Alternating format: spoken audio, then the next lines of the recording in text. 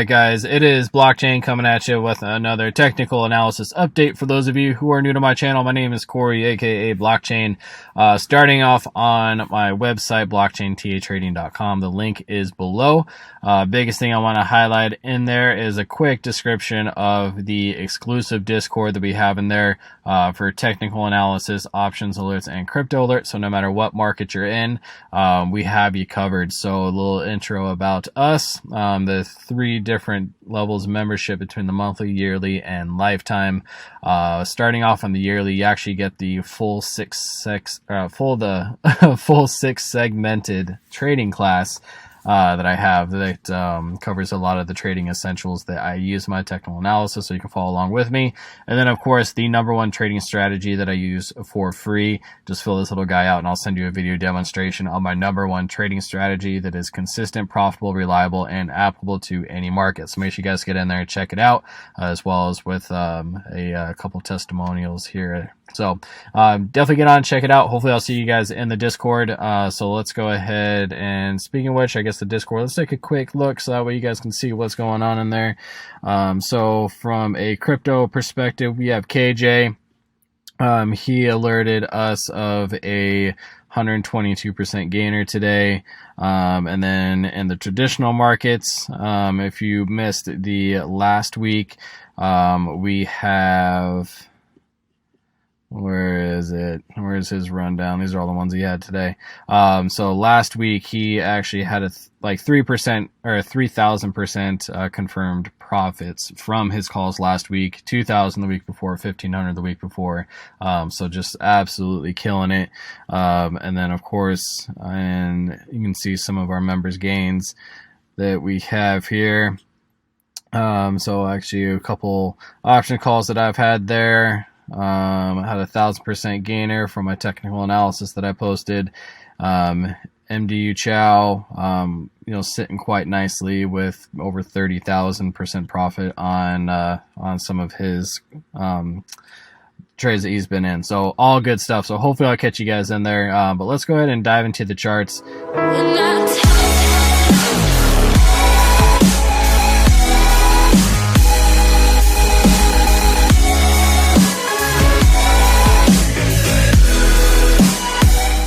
Hello, it is Blockchain here. I do want to give a personal thanks for you guys reaching out and asking for my #1 trading strategy that's profitable and reliable, that can really be used in any market condition.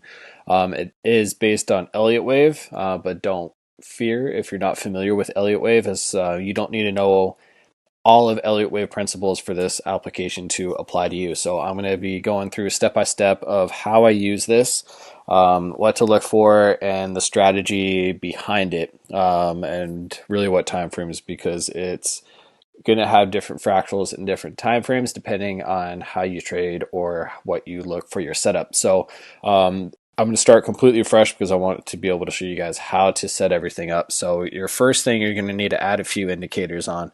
So if you're not familiar with TradingView, your indicators are going to be right here. And they're pretty easy to look for a search. So the first one I'm going to have is RSI, so your relative strength index. And then it's going to be important that right here on your RSI, keep it on 14 close. Don't change any of the settings on that one.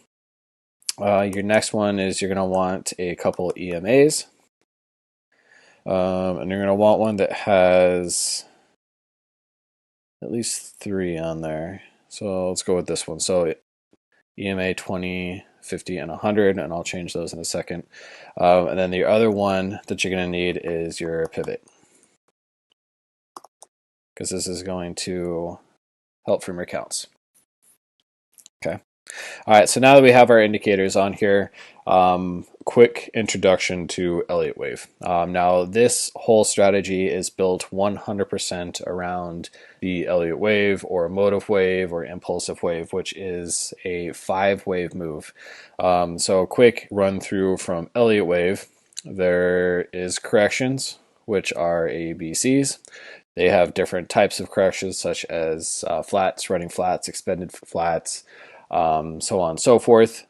But what's important to know from a correction standpoint is the C wave right here has a 5-wave move in it. Okay, so this wave right here is going to be a 1, 2, 3, 4, and a 5. So that 5-wave move is what we're going to be looking for. Now, outside of corrections, there's also what's called an impulsive wave or a motive wave, or what's known as an Elliott wave, which is just the 5-wave move. Okay, and it's going to look like this. Now, what's important to know on these particular ones is that within this your 2 to your 3, so your overall third wave, there is going to be a 5-wave move. And it depends what your time frame is that you're looking at, to where you can help see and count that. But each one of these is made up of a 5-wave move. So this will have 5 waves. And then this has 5 waves within the 5, and then a 3-wave pullback, and then another 5. So that's what we're going to be looking for, is just the 5 waves on the strategy, whether it's on an ABC or whether it's on an impulsive or a motive wave. And that's 100% what we're going to be looking for. Okay. All right, so let's go ahead and dive in, because that's what we're really going to look for and what we're going to focus on. So we're going to drop that. Before we dive in too deep, let's change the settings real quick. So for your pivots here, go to your setting box. We're going to change this to fib. It's going to clean it up a little bit and hit OK. And then for your multiple EMAs, go to your settings. And I use the 21, 55, and 100 is what I look for. Now, it's not a huge difference, but that is my personal preference and what I use for this particular strategy. All right, so what are we looking for, and how can we identify the 5 waves? Now, when we're in a corrective state, it's really going to be looking for that 5-wave move off of the ABCs, which can be a little bit more difficult. So let's start off with something that has something a little bit more impulsive in it. Okay, and really easy to find is going to be off of the RSI, which is going to be right here. So a quick intro on the RSI is anything that is 70 above is going to be your overbought. Anything on your 30 below is going to be oversold. Okay, and that's what we're going to be looking for. It's called divergence. Now, on a 5-wave move, there's always going to be divergence between the 3rd wave and the 5th wave. And what I mean by that is when we take a look at a couple of them. So let's look at it, this particular one right here. Okay, so we'll use the line tool. So you can see our price here. It's going higher, but RSI is going lower. So that's what we call bearish divergence. And it also works on the flip side for bullish divergence, and that's going to be on the bottom. Okay, so we have this low on the RSI. However, we have this low on the price. All right, and that's going to be what we're looking for on different time frames. So my favorite ones to look at is going to really be the 1 hour. You can do the 4 hour. It's more of a long-term swing trade, and you can even go down to the 15-minute if you wanted to do some scalps as well. So I'm going to go back just to this big drop here, just because it's going to be the most recent. So when we have a large move, your pivot points for your resistance levels for your resistance 1, resistance 2, and your S levels for your support 1, support 2, they're going to be pretty spread out. So you're going to have to let those reset after large moves a little bit. However, you can still play the divergence that's within the 5 waves. So great example, this one right here. Now we can count a 5-wave move, which is going to be 1, 2, 3, 4, and then 5.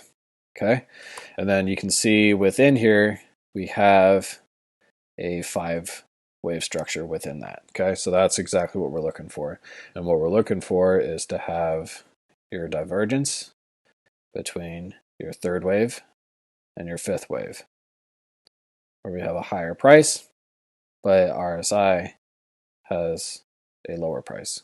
Okay, and that's what we're going to be looking for. So how does it come into your supports and your resistance levels? So this one you could still have played based upon watching the divergence. It would have been a little bit harder to pinpoint the top without knowing all the fib levels for pulling fib retracements and so on and so forth, but you still could have played this particular one off of just watching the RSI for an entry point.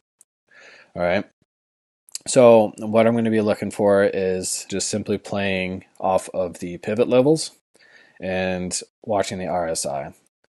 So what's important to know on these fib labels, because it will make a big difference on the pivot points as well as the RSI. So RSI on the close means that it's on the candle close, not the wicks. So you do not count the wicks on the RSI for your price levels. You only count the candle body closes. So for this particular one here, your example, count the candle close where we have price going down lower. We hit this pivot level as a support. RSI is going higher. That's going to be our buy entry. We come up to the top.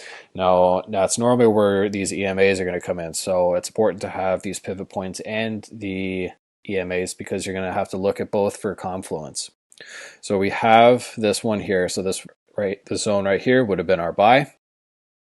Where would our take profit be? So that's not, when we have these EMA crosses, it's kind of hard to use for a take profit just because when we're in a correction, it can be a little bit more difficult.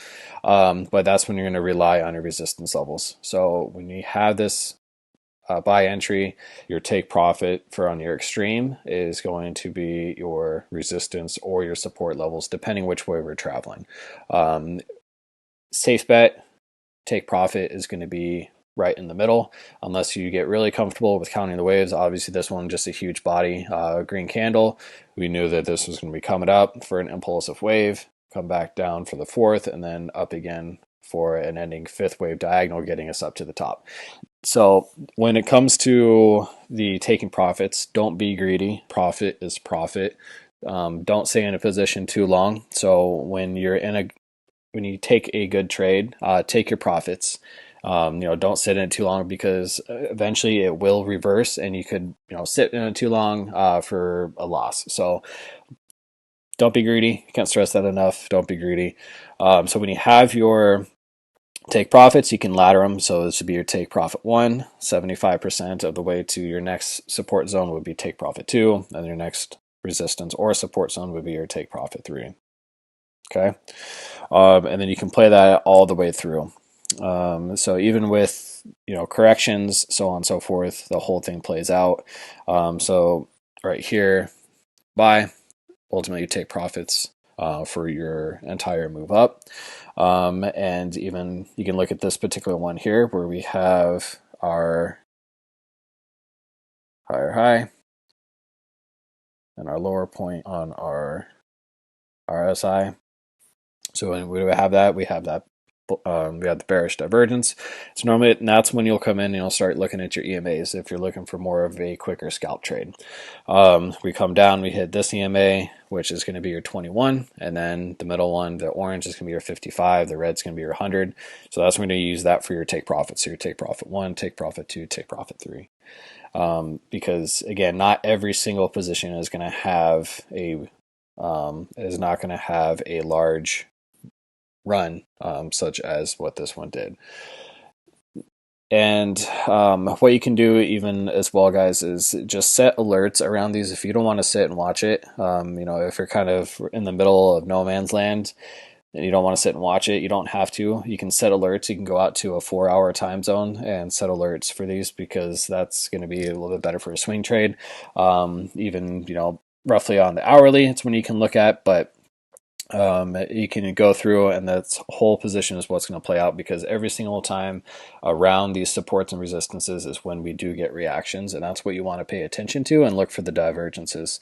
So again, we came back down to here. We're moving down to the support levels for a pivot, and then we have price going lower, RSI going higher, building up bullish divergence, and again, third, fourth, and your fifth wave coming down, giving you the divergence to come up. So again, this one, I probably wouldn't have held it all the way through to the top. I would have taken profit here, here, and here, and then watch for the next play. There's always going to be another play. There's always going to be another trade. So don't get caught up in trying to be in every single move. Don't be afraid that you're going to miss one, because as you can see, play. Like it always happens. That's something that you can always look for in regards to your next entry, your next exit. So even this one here,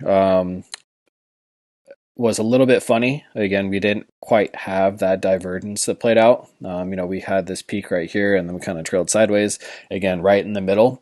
So I would not have gotten an entry here because we did not have that divergence. But again, if you set your alarms for your pivot points, meaning you'd set alarm here, set alarm here, set an alarm here, set an alarm here, set an alarm here, set an alarm here. So that way you don't need to watch it all the time. And that's a lot of things that I hear all the time is around with new traders is they're just glued to the charts. They cannot look away from the chart because they're afraid they're going to miss a play.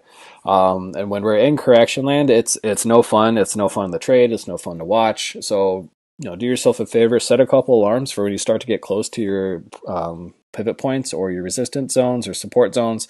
So that way you can go do what you need to do, balance your time efficiently and effectively, and get back into the chart when your alarm goes off. Take a look at it, and again, you're going to want to look for the divergence to play out, and then you can jump in. So again, next move, come back down, and we are building up the divergence. So right here. And it could be not every single one needs to be a huge move like this, but I mean, now you can see within here we have the divergence, came back up, took the take profit. Same thing, it could be smaller. Not every single divergence is going to have this huge play, but again, it's right here on the pivot line, right? So we have the pivot line building up the divergence where we have the higher RSI, we have the lower price, boom. Got our move up, and again, we want to watch for the fifth waves or the 5 waves that are within it. So this one, you have to go to a smaller time scale to take a look at, but I didn't see 5 waves in here, which means we're going to trail sideways. Again, we did not have any kind of divergence for a play, and up here we got our peak. So without looking for any kind of divergence, again, right here where the EMA is crossed, that's again one of those where you tend to rely a little bit more on your pivot and your support zones. 50% would have been take profit 1, take profit 2, and then take profit 3, hitting that resistance zone. Okay. All right, guys. So I hope you enjoy. Again, this is exclusively for those that have requested this on my site. This is not a public video.